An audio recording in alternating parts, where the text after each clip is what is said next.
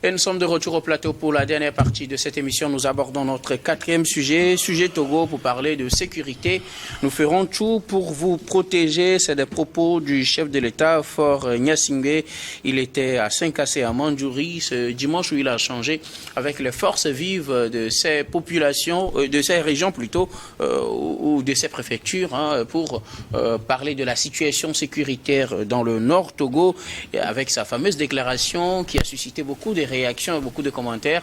Tout au long de la semaine, nous allons en parler tout à l'heure. Si Mandjouri n'est pas en paix, le Togo n'est pas en paix. Si Saint-Cassé n'est pas en paix, le Togo n'est pas en paix. Nous ferons tout pour vous protéger. C'est ce qu'a déclaré le chef de l'État à l'endroit de ces populations et des forces de défense et de sécurité engagées dans la lutte contre le terrorisme, à contenir la menace terroriste dans le Nord Togo.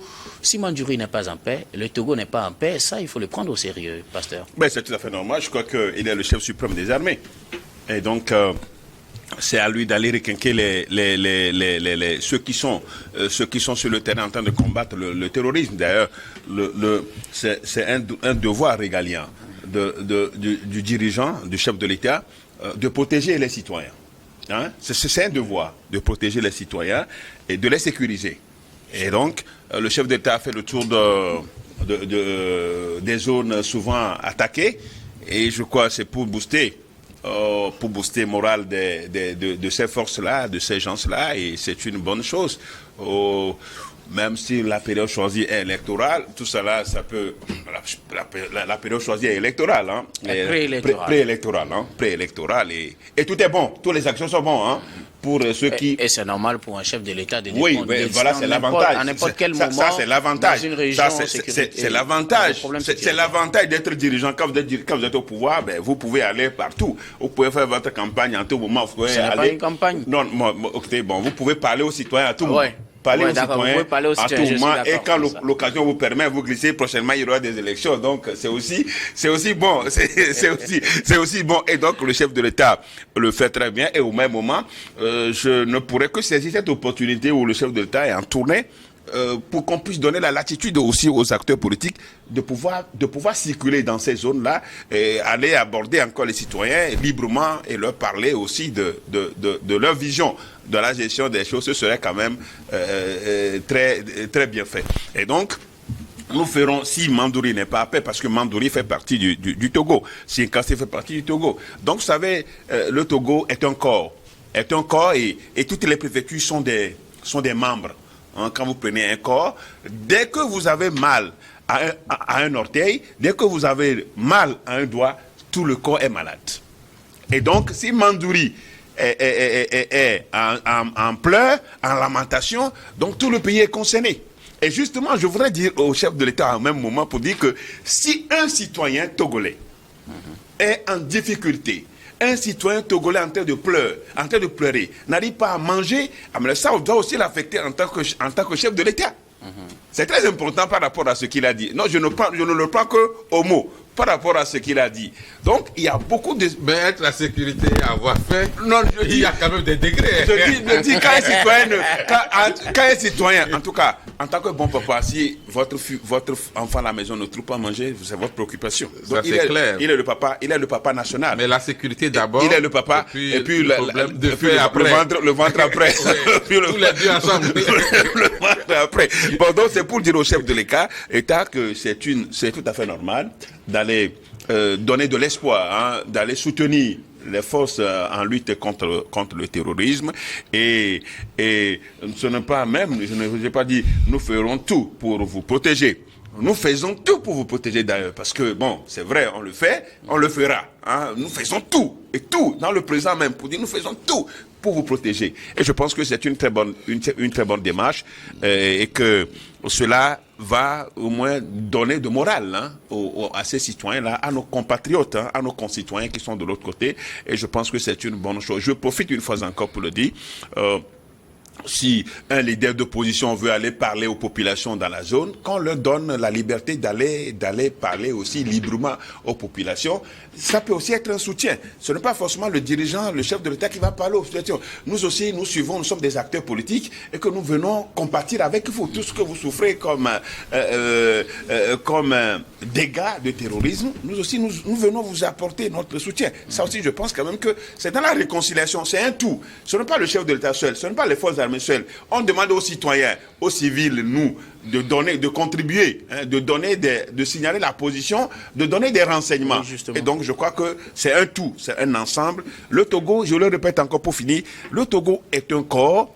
Nous, les citoyens, nous sommes un membre, nous sommes des membres. Si un citoyen, un membre de notre corps est en difficulté, c'est tout le corps qui est malade. J'aime bien cette conclusion partielle, hein. J'espère qu'on reviendra à vous. Si un membre du corps est malade, c'est tout le corps qui est malade. Nous ferons tout pour vous protéger. Si Mandjouri n'est pas en paix, c'est le Togo qui n'est pas en paix, ainsi de suite. Et des propos du chef de l'État qui ont suscité beaucoup de commentaires cette semaine, Robert. Je pense que le discours du chef de l'État, en tant que le premier des Togolais, est bien situé dans le contexte, est devenu peut-être le médicament donné aux populations de Mandjouri et de Sinkasé pour avoir peut-être le moral plus fort pour supporter les situations un peu difficiles dans lesquelles ils vivent. Parce que vous connaissez les actions des terroristes. Ils surprennent d'autres au champ, d'autres au marché, d'autres sur les sentiers qui mènent au champ, d'autres éleveurs qui sont en pâturage et tout. Et donc, c'est une forme de garantie, hein. C'est une forme de garantie de l'État qu'ils apportent aux populations pour leur dire vous n'êtes pas seuls dans cette lutte-là et que le pouvoir même est avec vous et va trouver les moyens nécessaires par lesquels il va vous faire sortir de cette tragédie que vous vivez. Alors moi je pense que ce n'est pas de la politique que le chef de l'État fait, mais il ne fait que parler de la réalité qui est sur le terrain et surtout sa disponibilité à tout faire pour alors accompagner les forces de défense et de sécurité, les autorités politiques et militaires pour que voilà une solution idoine soit trouvée et pérennisée dans le temps. Sur la sécurité alors de ces localités-là. Tout le monde sait que l'entrée principale du Togo vers le nord, c'est Sinkasé. Alors quand Sinkasé n'est pas sécurisé, c'est le Togo qui n'est pas sécurisé parce que... La porte d'entrée. C'est la porte d'entrée. Mandjouri, quand on le prend aussi, la forêt classée de Mandjouri, alors passe par... la zone des 3 frontières. Alors quand là-bas n'est pas sécurisé, ça veut dire que l'ennemi peut se retrouver tout de suite sur le littoral. Et là, dans tout le pays. Et donc moi je dis, c'est alors une petite parole, mais très efficace pour apaiser la population, leur dire, ah voilà, nous sommes avec vous, les forces de défense sont avec vous, tous les Togolais sont avec vous et nous mettrons tout en eux pour que ce mal soit éradiqué. Moi, je trouve ça très bien. Maintenant, au-delà de ces mots de soutien, il va falloir que l'État central alors agisse sur les différents projets qu'il a déjà le vécu quotidien. Commencé.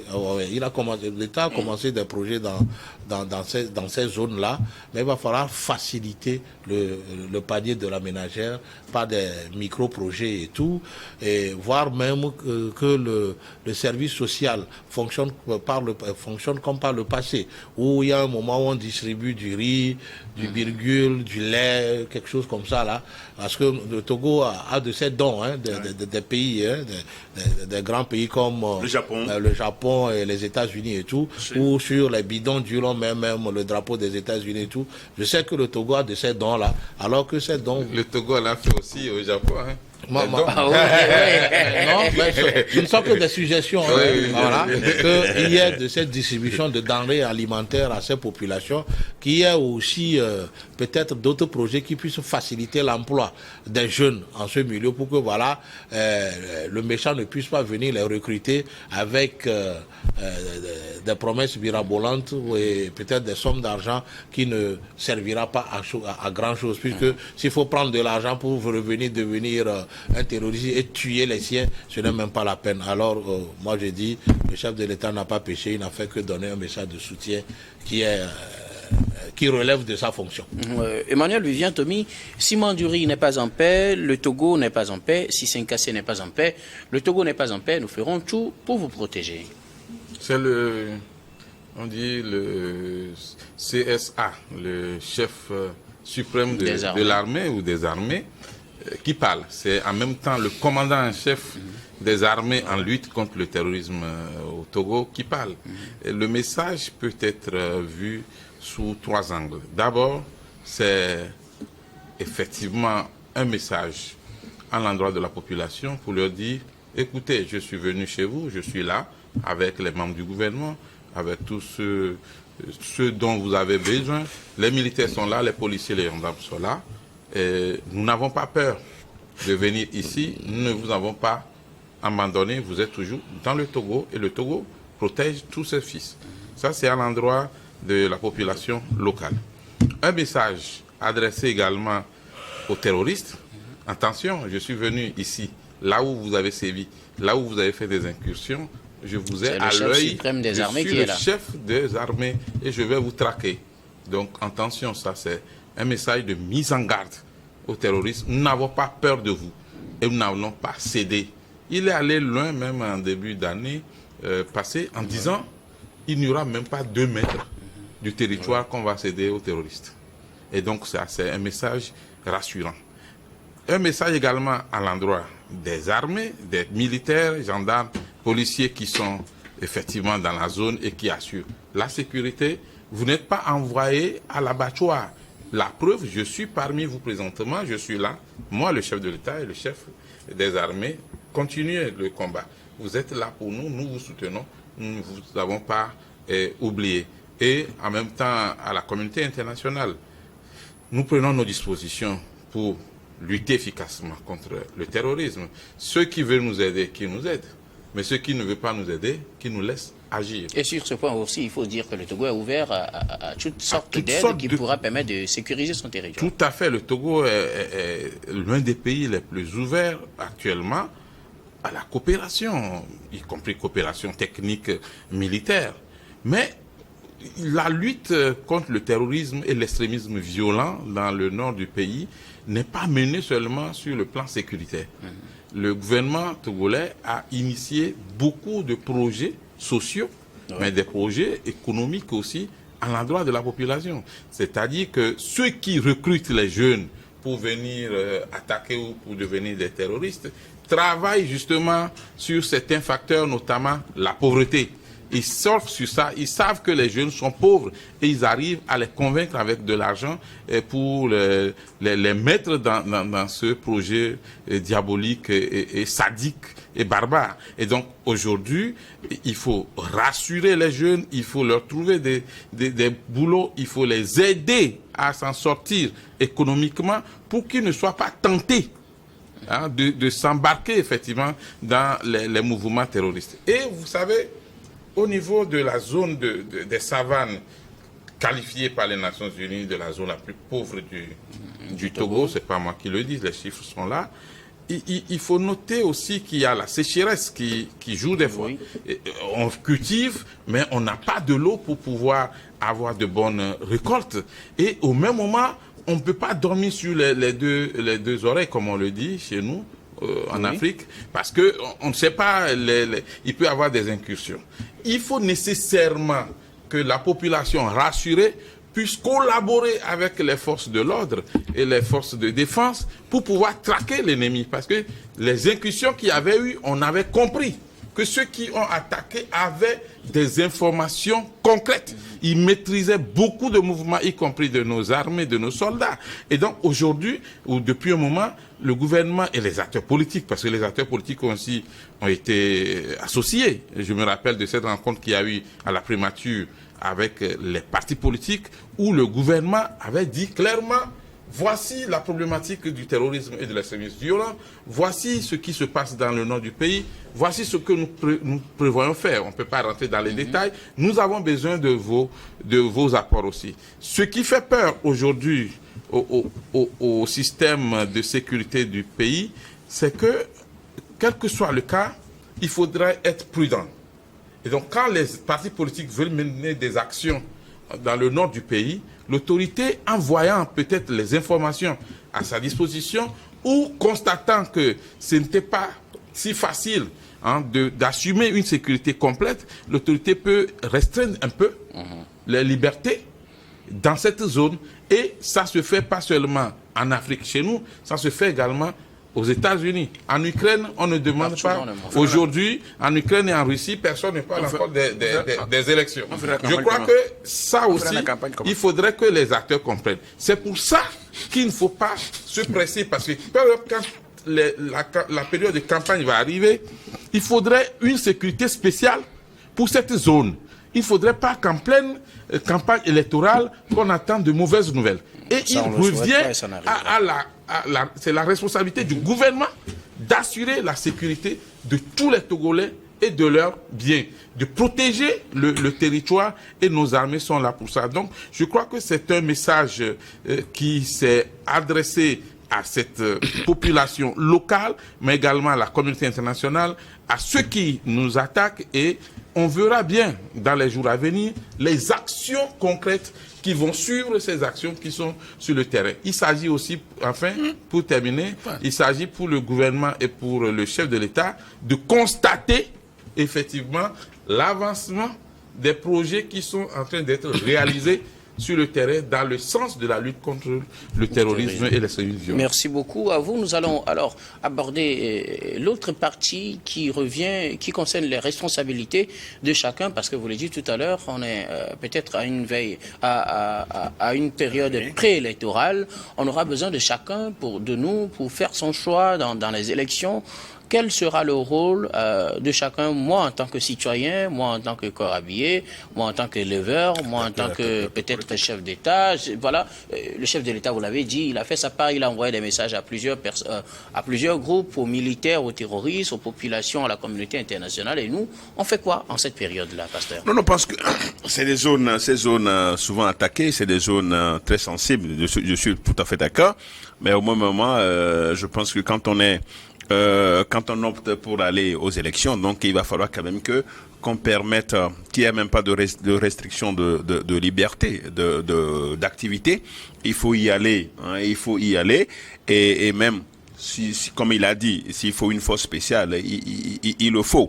Mais au même moment, parce qu'il y a la période préélectorale, et donc il faut donner la même chance à tous les candidats, à tous les acteurs politiques et à tous ceux qui veulent se faire élire, tous ceux qui veulent présenter leur programme de société aux concitoyens afin qu'ils puissent en aviser, le fassent librement. Donc ça, cet aspect est très important. Mais aux citoyens, je pense que c'est des périodes sensibles et chacun doit être très vigilant. Il faut la vigilance, il faut une collaboration entre les forces armées et puis les populations et puis les forces vives, les forces vives, notamment les civils. Et je crois c'est par la conjugaison de nos efforts qu'on puisse éradiquer le terrorisme. C'est très important. Et au même moment, en renseignement aussi. En renseignement, c'est ce que je dis. Signaler les cas suspects, des mouvements suspects, des gens qui rôdent autour dans nos villages, dans nos milieux qu'on ne connaît pas. Donc, il faut quand même le faire le plus rapidement. Et je pense que au même moment où on serait en train d'inviter les uns et les autres à collaborer, il va falloir quand même qu'il y a sur le terrain une certaine harmonisation, une certaine cohésion sociale entre les forces vives et les forces de défense. Donc cet aspect est très important, et je pense que nous allons passer, comme on l'a dit, vous savez, il y a un adage de chez nous qui dit il faut faire attention pour passer là où il y a les vendeurs de l'huile, pour arriver là où il y a les vendeurs du sel, les vendeurs de sel. Parce que là où il y a le vendeur d'huile, il faut faire extrêmement attention. Là où il y a le vendeur de sel, on est plus à l'aise, on est plus à l'aise. Donc, cette période-là, ça aussi va passer, et qu'ensemble, nous allons continuer par penser à la construction de notre pays. Je finis pour dire que c'est des zones, ce n'est pas seulement les zones là qui sont pauvres, sur toute l'étendue de territoire, il y a la pauvreté, et il faut y investir, il faut investir partout, il n'y a pas de l'eau à boire, il n'y a pas d'électricité, il n'y a pas de pôle de santé, il y a tout ça là, tout est prioritaire, il y en a. Donc il faut penser non seulement à ces régions qui sont attaquées par les terroristes, mais à toutes les régions du Togo, pour que les gens aient de l'eau à boire. La problématique de l'eau se pose avec acuité, de l'eau à boire. De l'eau à boire, au moins les gens doivent boire de l'eau. Donc c'est très important. Et je pense que de manière générale, il faut d'une manière équilibrée, il faut équilibrer ces réalisations-là, ces infrastructures au nom de l'équité. Merci beaucoup. Il y a un projet dans ce sens, c'est justement pour l'eau. Okay. Je crois que toutes les régions ont un nombre d'addition d'eau, il y aura quand même il y a un programme qui est en exécution sur le terrain. Merci beaucoup. C'est ça que le ministre Yak a eu à visiter, à vérifier entre-temps sur le terrain. Jusque-là, l'eau de forage même est un problème. Bon, alors, Robert Consigan, à côté, que faut-il faire surtout au niveau des populations en ces périodes sensibles qui sont des périodes préélectorales? Ça veut dire que les élections viendront très bientôt, quand on sait que le terrorisme n'est plus un phénomène étranger au pays. Que faut-il faire quand on est habitant de ces régions? La toute première des choses, c'est alléger la souffrance des populations en passant par des projets vitaux. Et aussi mettre de la rigueur dans l'exécution des projets qui sont déjà en cours, tant sur l'adduction d'eau, l'électrification rurale et tout. Il faudrait qu'un accent particulier soit mis sur alors le suivi de ces chantiers. Au Togo, le gouvernement fait beaucoup, c'est-à-dire qu'ils ouvrent des projets, ils ouvrent des chantiers, mais c'est le suivi et la réalisation de ces projets-là ou de ces exécutions ou de ces chantiers qui parfois laissent à désirer. Où les premiers pieds sont posés dans les brousses. Vous voyez. Et donc, pour ces régions-là et pour toutes les régions du Togo, il va falloir que partout l'État met de l'argent, qu'il y ait du sérieux, qu'il y ait de la rigueur, qu'il y ait aussi un suivi pour que voilà l'exécutant puisse alors construire des édifices capables de durer dans le temps et prêts à servir la population, à servir la cause pour lesquelles voilà, ces structures-là sont construites. Et les populations, elles doivent faire quoi surtout? Non, face au terrorisme. Écoutez, les populations n'ont pas le choix. Elles doivent collaborer avec les autorités administratives, politiques et tout, même sécuritaires. Parce qu'il faut donner l'information. Quand vous ne connaissez pas quelqu'un qu'il entre dans vos milieux, il faut déjà alors commencer par toucher qui de droit pour qu'on l'identifie et qu'on sache qui il est vraiment. Ça ne veut pas dire que tout étranger est un terroriste. Non, mais juste signaler. Voilà. Maintenant, il y a aussi une autre chose. Tout le monde fait la lutte, mais personne ne pense à encourager alors les recherches. Il faut les recherches, c'est-à-dire que si aujourd'hui la Russie nous met à la disposition de nos pays des armes et des équipements militaires, c'est-à-dire que c'est dans un passé, ils ont eu à faire des recherches, ils ont encouragé les recherches, ils ont financé les recherches, et aujourd'hui, sur le plan militaire, sur le plan télécommunication, santé, bien d'autres, voilà, les pays que nous appelons les grands pays, alors ont une avancée. Qu'est-ce que nous en faisons de nos recherches ici? Quel est le budget qu'on met? Les forgerons qui fabriquaient des armes, les forgerons de chez moi, si vous les encouragez. Quel est le budget qu'on met à la disposition de la recherche dans nos universités et dans nos centres de formation? C'est très important. Si nous voulons demain alors être développés, il va falloir financer la recherche. Ce n'est que par là, voilà, et puis encourager les start-up. Il ne faudrait pas prendre les start-up voilà, aux couleurs de partis politiques ou d'obédience politique. Non, il va falloir encourager les start-up, les encourager. Alors, pourquoi pas les envoyer à des formations pour que voilà, ils viennent développer des trucs qui seront des made in Togo. Merci beaucoup à vous. Nous allons faire notre habituel dernier tour de table pour vos derniers mots sur des sujets de votre choix. Avant de clore cette émission, je commence par vous, pasteur. Alors, une fois encore, je voudrais revenir sur la situation des Togolais, cette fois-ci pas en Turquie, mais des Togolais en Égypte. Je vous assure que d'ici le 13 mars, tous les étrangers en situation irrégulière en Égypte, non seulement seront rapatriés, mais seront arrêtés et détenus, c'est-à-dire emprisonnés. Les informations sont claires et au Togo, les Togolais... Donc ceux qui n'ont pas de papiers. N'ont pas de papiers. Et sur le sujet, plus de 500 Togolais sont concernés. Plus de 500 Togolais sont concernés. Et je vous dis, c'est des pleurs, c'est des lamentations au quotidien. On nous demande en tant que mouvement Maternité de porter l'information au niveau du ministère des Affaires étrangères. Alors qu'on a mis en place HCT, comment on va l'appeler, au commissariat de Togolais, au conseil de... Donc, la situation est explosive.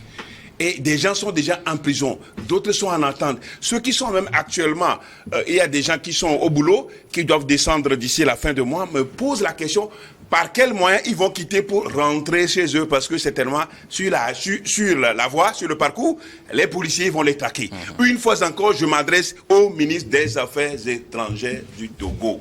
Et je le dis encore, les Togolais à l'extérieur, les Togolais de la diaspora ne sont pas pris en compte comme cela se doit. Avec la diplomatie agissante du Togo, quel que soit, partout où se trouve un Togolais, il doit avoir le soutien, il doit être soutenu, il doit être accompagné. La situation en Égypte risque vraiment d'être très, très explosive et je demande à la diplomatie togolaise d'agir le plus tôt possible pour que nos concitoyens puissent être rapatriés ou bien qu'il y a quand même peut-être une situation, je ne sais pas comment ça va se faire pour eux, pour qu'ils puissent quand même leur trouver une solution.